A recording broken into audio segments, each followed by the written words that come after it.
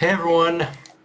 Alright, so just getting this out of the way, Loki's mother's a certified bitch. Like, I'm sure we can all agree on that right out of the gate just based on this chapter, but because not only was she a giant red flag, pun not intended, but maybe so too, but the moment she was introduced, but to call Loki a cursed child, not only because of the way he looked, but also to throw him into the but also choosing to throw him into the underworld based on a prophecy, like pretty much not even choosing, like even if there was a prophecy that he was going to kill Harald, like rather than try to raise him properly, try to teach him properly, try to give him purpose.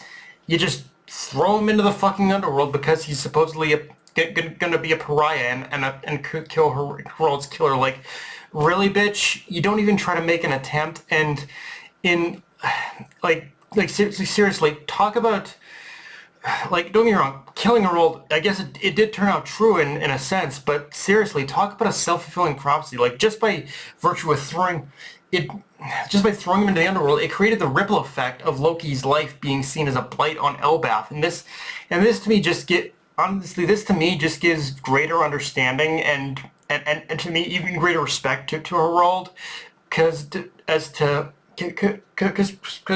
this point Harold had fully embraced the notions and ideas of peace, and by that and because but and at that point, despite all everyone saying pretty much no to it, pretty much no, and that it was a bad idea and whatnot, Harald still decided to accept Loki because even beyond superstition or royal decorum, he was still his son, and he just wanted Loki to know that he had a family, that he was loved, just even despite being abandoned by the one parent who should have loved him unconditionally. Harald just wanted to know that despite being like despite being this thing that was perceived as evil, he wanted to know he was still loved and he still had a family that loved him. But I guess in a way the problem was that the damage that for as good as Harald's intentions were, in a sense the damage had already been done. Loki had at that point probably firmly established himself as being that very pariah. He was basically being he was basically being he was basically being he was being accused of being from the moment of his birth. Which, on that note, the dichotomy between Harald's wives and how it pertains to his sons is kind of fascinating to me. On one hand, you have his first wife, who had the kindest heart imaginable, and was the one to teach Harald the value of being kind to others, but be they basically giant or otherwise. And her introduction in itself shows that for as messed up as this world can be, there are still kind people in it, and really shows how pivotal this meeting was, not only towards Harald's perspective changing towards humans, but the value of expand. But it did, in a lot of ways, it was Harald's first wife that kind of was first pushed through the idea of expanding Elbaf's political influence beyond its borders, and that kindness in turn birthed Harudi, someone who was of impure noble blood, but raised with that same kindness and love. Then you have his second wife, Estrid, which, yeah, as someone who's a How to Train Your Dragon fan, you bring fucking dishonor to that name. Like, I know one's Astrid, but they're basically the same name. Let's be real about that. But again, but then again, we got the second wife, who again was a walking red flag from her official introduction, but she was the more preferred of his wives and gave birth to Loki, a child who was of pure noble blood and should have been the favorite child, but ultimately not really given a chance to form his own destiny, or who he would become, or who he would choose to become, because he was literally cursed by his own mother to be a pariah. And for as much as Harald wanted Elbaf to move forward, as much as he wanted his sons to be his equals among the public, it was always going to be impossible, because the even bigger irony is, even if Loki hadn't been abandoned by his mother, these roles still would have likely been reversed. One of these two was always going to be favored, while the other was always going to get the short end of the stick, regardless of which direction it took. But it's the ultimate key difference, I think, is just is who would actually rise above his fate, while the other just kind of grew content, and that self.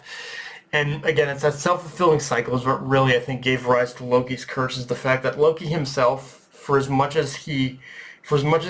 think he loved Harald, he also kind of internalized all the hate, all the hate and all the and all the discrimination he got for being born in the way he was.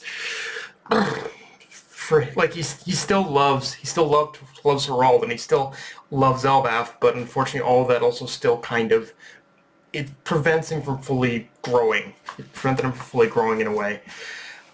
For me personally, though, the one thing that will be interesting to track going forward is how Elbaf perceives Loki in the aftermath of all this, because so far this backstory has shown to me not only the classes divide between giants that existed back then, and how much emphasis there was being put on marrying based on lineage, but also how the cards were kind of stacked against Loki, to the point where he never got to fully prove his worth and mettle to show that he could rise above this supposed prophecy. But in a sense, what's going on in the present is the chance for him to prove his worth as both a son of Harald and a son of Elbaf. And I'm sure that will happen, but then that also leads me to the question of whether this ends with Loki and Harudin ruling alongside each other as Harald wanted, or if like Harald, Loki's going to meet his end at the hands of the government. Like, personally, the way Oda's set this up, I am willing to put my chips on the latter, but who knows? He has, like, Oda has weird ways of subverting what we think is going to happen and then subverting it again, and as much as I would personally like for Loki to live long enough to rule alongside Harujin, there does feel like there's a weird poetic justice he's setting up with Loki to the idea of a son dying to protect his country just as the father did. And just in general, it does feel like Oda is setting Loki up to make that sacrifice. And I guess just more on a general level too, the one thing to keep in the one constant theme that Oda seems to kind of do, and one constant theme Oda seems to like to handle when it comes to these sort of like royal families and whatnot, is that in order for a country to move forward, the old guard has to die, in a sense. So as much as I would like Loki to survive, he is technically part of the old royalty in a way.